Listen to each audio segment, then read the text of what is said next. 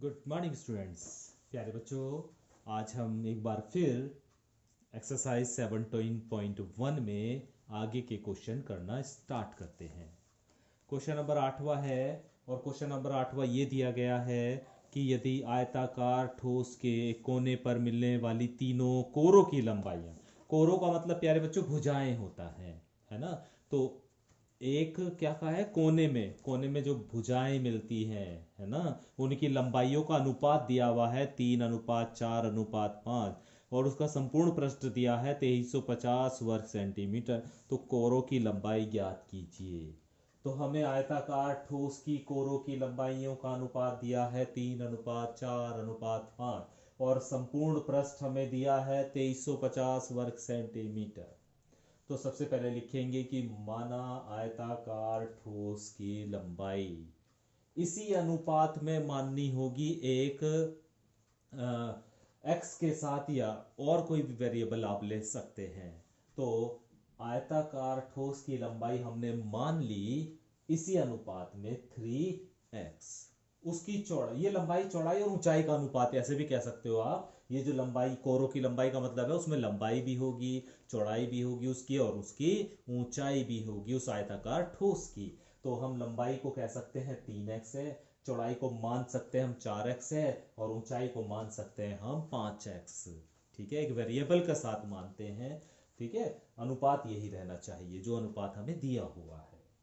अब हमें दिया हुआ है संपूर्ण आयताकार ठोस का संपूर्ण पृष्ठ, और हम जानते हैं कि आयताकार ठोस का संपूर्ण पृष्ठ बराबर होता है 2 × LB = BH = HL।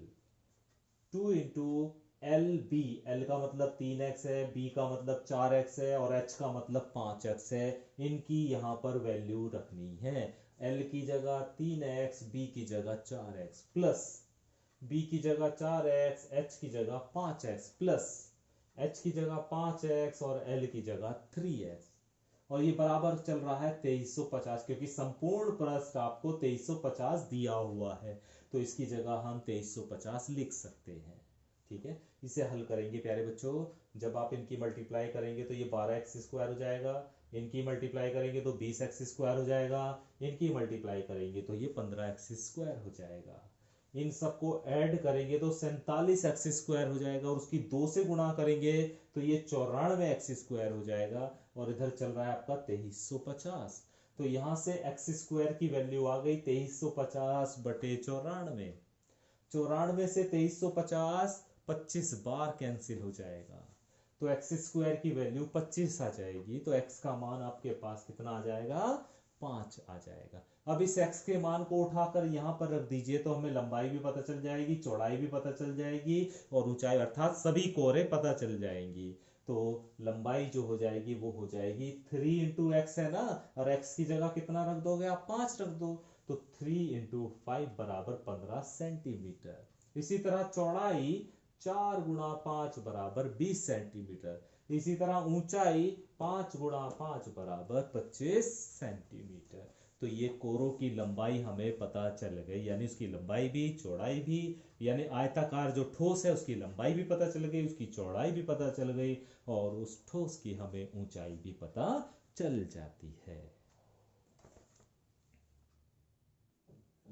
Question number 10वां देखिए प्यारे बच्चों, और इन्होंने 10वें क्वेश्चन में ये कहा है, एक घन है और एक आयताकार ठोस है।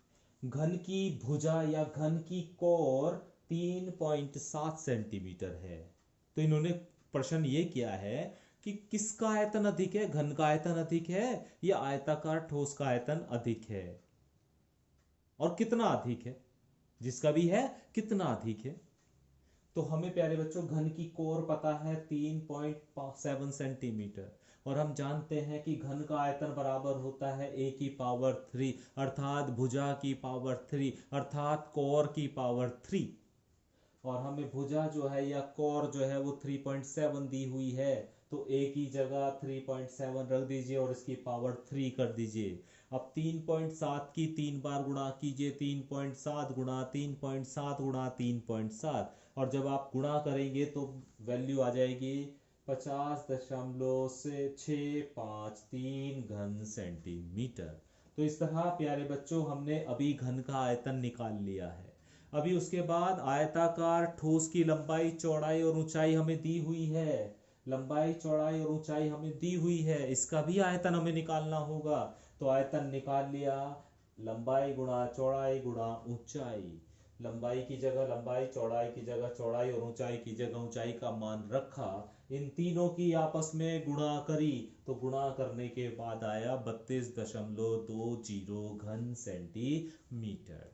तो अभी हमने प्यारे बच्चों घन का आयतन भी निकाल लिया है, हमने आयताकार ठोस का आयतन भी निकाल लिया है। अभी आपको देखने से ही पता चल जाएगा कि किसका आयतन अधिक है। घन का आयतन है 50.653 और आयताकार ठोस का आयतन है 32.20। तो ये तो आपको साफ साफ दिख रहा है कि किसका आयतन अधिक है। तो घन का आयतन अधिक है, अतः घन का आयतन अधिक है। अभी कितना अधिक है, कितना इसमें अंतर है, तो हमने लिख दिया घन के आयतन व आयताकार ठोस के आयतन में कितना अंतर है। तो क्या करेंगे, ज्यादा वाले आयतन में से कम वाला आयतन यानी घन के आयतन में से आयताकार ठोस के आयतन को सब्ट्रैक्ट कर देंगे, घटा देंगे। और घटाने के बाद देखेंगे 18.453 घन सेंटीमीटर, यानी घन का जो आयतन है वो इससे इतना ज्यादा है, 18.453 घन सेंटीमीटर अधिक है, या इन दोनों में जो अंतर है वो इतना है। ठीक है।